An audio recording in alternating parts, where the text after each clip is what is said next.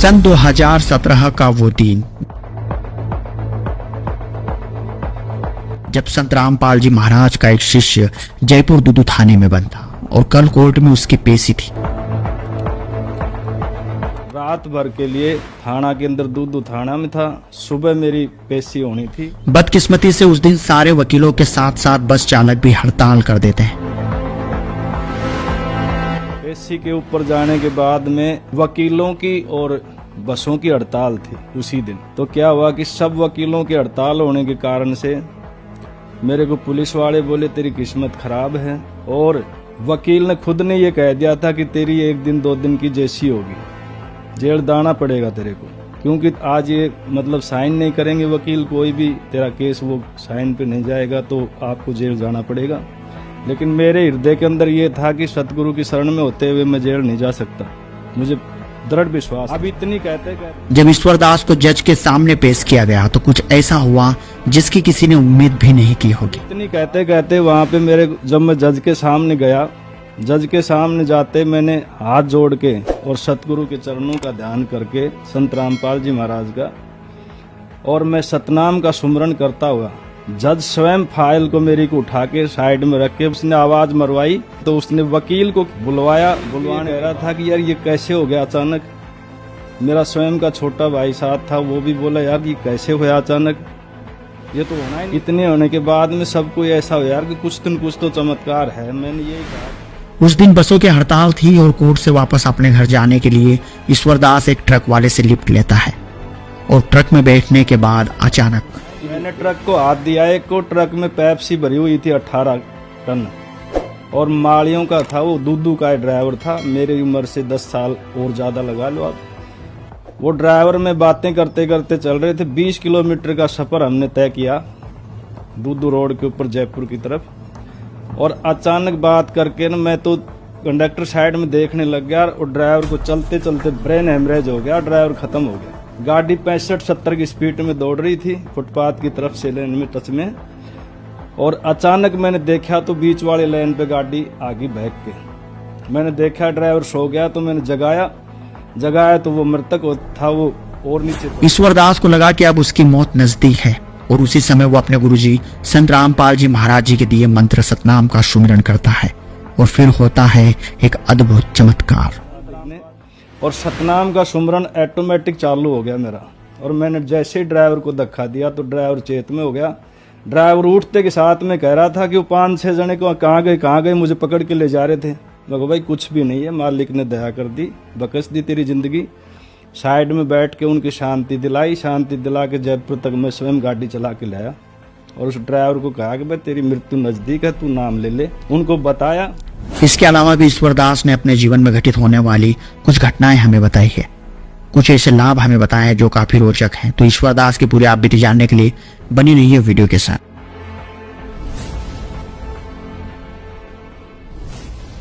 नमस्कार सर। नमस्कार sir. Sir क्या नाम है आपका? ईश्वर सिंह जी। सर कहाँ से आए हैं आप? विलेज डाणी ठाकरन, तन नांगल चौधरी, जिला महेंद्रगढ़, हरियाणा से जी। सर संत रामपाल जी महाराज से कब जुड़े आप? 2017 में जी। सर संत रामपाल जी महाराज से जुड़ने से पहले आप क्या भक्ति साधनाएं करते थे? मैं जी सब देवी देवताओं की भक्ति करता था। उसके बाद में मैं धन सतगुरु तेरा आसरा से जुड़ा हुआ था सिरसा से जी। 9 साल तक उनकी भक्ति की मैंने। 9 साल में मुझे ऐसा कोई भी अनुभव नहीं हुआ जिससे मुझे लाभ हुआ हो। उसके बाद में ये कांड होने के बाद में, जेल में जाने के बाद में मैं विचलित सा हो गया था कि अब क्या करें, ये भक्ति सत्य नहीं है। जब गुरु जेल में इस कांड से गए, ऐसे में विचलित सा हो गया था। अचानक दिल में ऐसे प्रेरणा होती थी कि अब मैं कहाँ जाऊं। सर फिर आप संत रामपाल जी महाराज की शरण में कैसे आए? एक दिन मैं टीवी के अंदर सत्संग देख रहा था, तो सत्संग देखते देखते बहुत से साधुओं के सत्संग आते थे साधना चैनल पे। तो एक दिन क्या हुआ कि संत रामपाल जी महाराज का सत्संग चालू था। मैं उस सत्संग को देखा। देखने के बाद में मुझे ऐसा अनुभव हुआ कि हमने बहुत से साधुओं के सत्संग देखे, लेकिन इनमें कुछ अलग सब कुछ अलग सा दिख रहा है। तो मैंने उसको गौर से देखना शुरू कर दिया। 2 दिन देखा, 3 दिन देखा। मैंने देखने के बाद में मेरे को प्रेरणा ऐसे जागी कि ये संत पूरे संत हैं, इनकी भक्ति सत्य है, सतग्रंथों से मैच करती है सारी। तो मैंने उनकी छानबीन करके 2-3 सत्संग और देखे, और देखने के बाद में अचानक दिल में ऐसी प्रेरणा होने लगी कि तू एक दिन भी लेट मत कर, तू चल। तो मैंने पता किया, स्क्रीन पे नंबर लिए। नंबर लेने के बाद में एक भगत से फ़ोन मिलाया। फ़ोन मिलाने के बाद में मैं नारनौल पहुंचा नामदान केंद्र पे। तो नामदान केंद्र पे मुझे कुछ नियम बताए गए। नियम बताने के बाद मैंने कबूल किए नियम सब। परमात्मा की पहले से भी दया थी, इतने ऐब नहीं थे। और मालिक का सत्संग सुनने के बाद में मैं यहाँ नामदान केंद्र पे नियम सब सुन के और परम संत सतगुरु रामपाल जी महाराज से उपदेश लिया। सर, संत रामपाल जी महाराज से नाम दीक्षा लेने के बाद आपको क्या क्या लाभ प्राप्त हुए? सतगुरु रामपाल जी महाराज से नामदान लेने के बाद में सबसे प्रथम तो मुझे ये पता लगा कि ब्रह्मा विष्णु महेश से ऊपर भी शक्तियाँ हैं। धन धन सतगुरु तेरा ये आश्रम में उपमात्मक नाम दिए जाते थे। उस नाम से मेरे को यहाँ जुड़ने के बाद में पता लगा कि ये सतनाम नहीं है और मालिक की सतभक्ति भी नहीं, इससे मोक्ष प्राप्त नहीं है। और दूसरा लाभ ये हुआ कि धीरे धीरे मेरे को भक्ति करने लगा, परिवार मेरा सारा जुड़ गया। ये दया करी संत रामपाल जी महाराज ने। और लाभ ये हुआ कि मेरे घर से एलर्जी बनने से श्वास की बीमारी हो गई थी। मैंने जयपुर महात्मा गांधी के अंदर उनका 9-10 दिन तक इलाज करवाया। उसके बाद में सभी जांचें करवाई। डॉक्टर ने जवाब दिया कि इनको लाइफ टाइम तक ये बीमारी जा नहीं सकती जड़ से, और आप इसका ट्रीटमेंट करवा के दवाइयाँ शुरू करते रहो, लगातार लेते रहो। उसके बाद में छुट्टी लेके मैं 9 दिन बाद में घर आया। घर आने के बाद में दूसरे तीसरे रोज़ हम रात को सोए हुए थे। मेरी धर्मपत्नी बता रही थी, सतगुरु रामपाल जी महाराज स्वयं आए, उनके सिर पे हाथ रख के गए। उसके बाद में मेरी पत्नी को कभी आंख भी दुखनी नहीं आई। वो खूब काम करती है, सारा घर का, कोई बीमारी नहीं, कोई रोग नहीं। संत रामपाल जी महाराज ने दया करी। उसके बाद में जयपुर से 70 किलोमीटर आगे दूदू पड़ता है, वहाँ कोर्ट के अंदर मेरी तारीख थी। मैं रात भर के लिए थाना के अंदर दूदू थाना में था। सुबह मेरी पेशी होनी थी।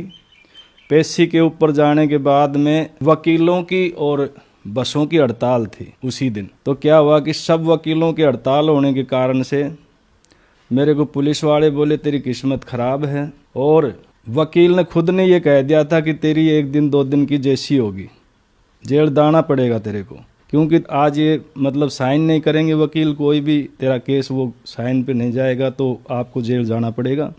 लेकिन मेरे हृदय के अंदर ये था कि सतगुरु की शरण में होते हुए मैं जेल नहीं जा सकता, मुझे दृढ़ विश्वास था।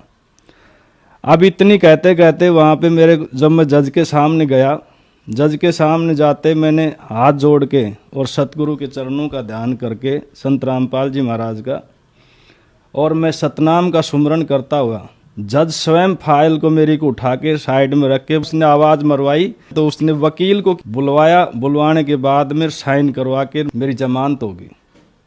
अब वहाँ वकील भी ये कह रहा था कि यार ये कैसे हो गया अचानक। मेरा स्वयं का छोटा भाई साथ था, वो भी बोला यार ये कैसे हुआ अचानक, ये तो होना ही नहीं था। इतने होने के बाद में सबको ऐसा हो यार कि कुछ दिन कुछ तो चमत्कार है। मैंने यही कहा कि भाई मैंने उपदेश ले रखा है और सच्चा सतगुरु संत रामपाल जी महाराज आए हुए हैं, उनसे नाम उपदेश तुम भी लो। ज्ञान चर्चा की, 10 मिनट बैठे और फिर मैं वहाँ से रवाना हो गया। तो जयपुर के लिए मैं आ रहा था सर, बसों की बिल्कुल हड़ताल थी। मैंने ट्रक को हाथ दिया, एक को ट्रक में पेप्सी भरी हुई थी 18 टन, और माड़ियों का था, वो दूदू का ड्राइवर था, मेरी उम्र से 10 साल और ज़्यादा लगा लो आप। वो ड्राइवर में बातें करते करते चल रहे थे। 20 किलोमीटर का सफ़र हमने तय किया दूदू रोड के ऊपर जयपुर की तरफ। और अचानक बात करके ना मैं तो कंडक्टर साइड में देखने लग गया और ड्राइवर को चलते चलते ब्रेन हेमरेज हो गया, ड्राइवर ख़त्म हो गया। गाड़ी 65-70 की स्पीड में दौड़ रही थी फुटपाथ की तरफ से लेन में टच में, और अचानक मैंने देखा तो बीच वाले लेन पे गाड़ी आगे बहक के। मैंने देखा ड्राइवर सो गया तो मैंने जगाया तो वो मृतक था, वो और नीचे पड़ गया। संत रामपाल जी महाराज की दया हुई और फुटपाथ की तरफ चलने के बाद में 18-19 बल्लियां तोड़ी गाड़ी ने, फिर भी कंट्रोल करी मालिक ने, और सतनाम का सुमरन ऑटोमेटिक चालू हो गया मेरा। और मैंने जैसे ही ड्राइवर को धक्का दिया तो ड्राइवर चेत में हो गया। ड्राइवर उठते के साथ में कह रहा था कि वो 5-6 जने को कहाँ गए, मुझे पकड़ के ले जा रहे थे। मैं कहा भाई कुछ भी नहीं है, मालिक ने दया कर दी, बकस दी तेरी ज़िंदगी। साइड में बैठ के उनकी शांति दिला के जयपुर तक मैं स्वयं गाड़ी चला के लाया। और उस ड्राइवर को कहा कि भाई तेरी मृत्यु नज़दीक है, तू नाम ले ले। उनको बताया कि 14 नंबर जयपुर के अंदर नामदान केंद्र है, संत रामपाल जी महाराज से उपदेश ले ले, अगर ज़िंदगी चाहता है तो नंबर दिए मैंने। और उन्होंने कबूल किया इस बात को कि मैं नंबर लेकर और जा रहा हूँ, वहीं गाड़ी छोड़ दूंगा आज ही। दूसरा सुख मेरे को ये हुआ, नहीं तो पता नहीं कहाँ अड़जता में क्या होता मेरा। तीसरा नंबर का सुख मेरे को ये हुआ कि मेरी मम्मी को अभी पेट में अचानक पानी भर गया। जब सभी जांचें जयपुर में करवाई तो उनको बच्चादानी में गांठ बताई। डॉक्टरों ने कहा कि इनको कैंसर है। मैंने परमात्मा से सतगुरु रामपाल जी महाराज से अर्जी लगवाई। अर्जी के अंदर परमात्मा ने कहा कि दया करेंगे मालिक।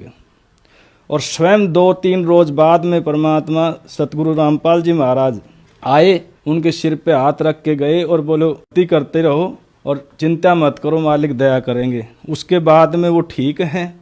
ये सुख हुए सब मेरे को। सर, संत रामपाल जी महाराज से नाम दीक्षा लेने के बाद आपको बहुत सारे लाभ प्राप्त हुए, तो जो श्रद्धालु आज आपको देख रहे हैं आप उन्हें क्या कहना चाहेंगे?